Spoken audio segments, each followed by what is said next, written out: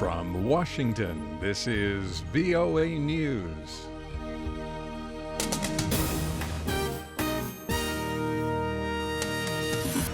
I'm Dave DeForest reporting polls are closing in 5 U.S. states holding presidential primary elections. Voters in Connecticut, Delaware, Maryland, Pennsylvania, and Rhode Island are expected to have given a majority of convention delegates to frontrunners Donald Trump on the Republican side and Hillary Clinton on the Democratic side. Vote returns are just beginning to appear.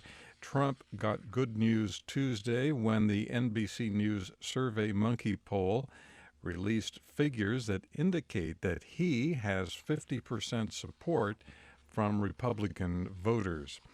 Spain's King Felipe met Tuesday with political leaders in a last resort attempt to break an electoral deadlock. The king concluded that none of the political parties has enough support to form a government and that the nation will have new elections June 26th.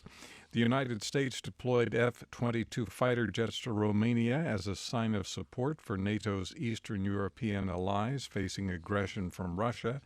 The fighter jets landed Monday at an airbase in the country's southeast.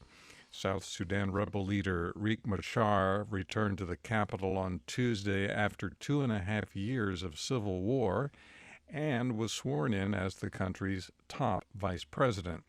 Jason Patinkin reports. Riek Machar fled Juba 2.5 years ago as South Sudan's war broke out. Now he's come back and has taken up the post of first vice president under President Salva Kiir. Machar and Kiir's forces have waged a brutal war against each other since December 2013, a few months after the president fired Machar as his deputy. The two men signed a peace deal last year, but implementation has been slow, with fighting continuing in some areas. Machar's return raises prospects that the deal can start taking effect. Jason Patinkin, Juba. This is VOA News. 11 men, 8 of them soldiers, have been killed at a military barracks in Cape Verde. Officials in the West African nation say a disgruntled soldier is suspected of the killings. 2 Spanish nationals are among the dead. The suspected gunman is still at large. Tuesday marks the 30th anniversary of the Chernobyl nuclear accident in which an explosion at a power plant near the town contaminated a wide area with radiation.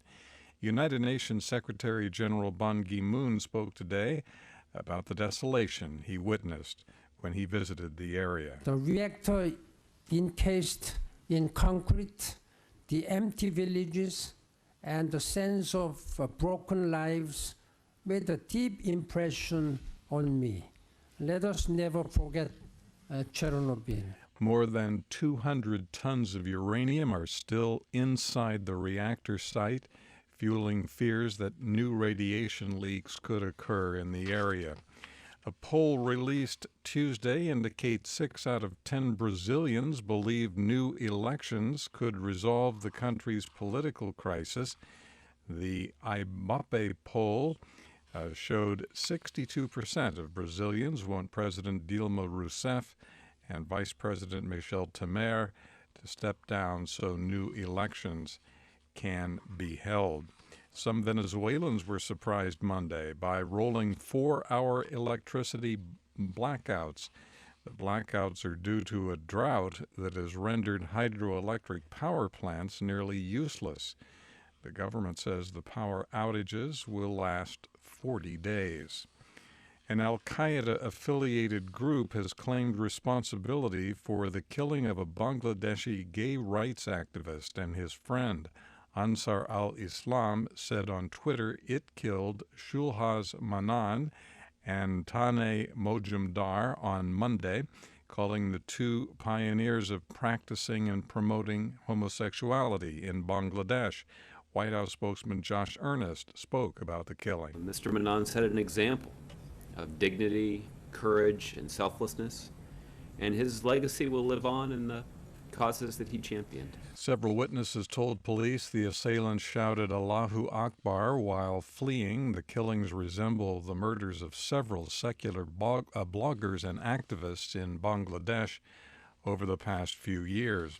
A federal judge has upheld a North Carolina law requiring voters to show photo identification at the polls.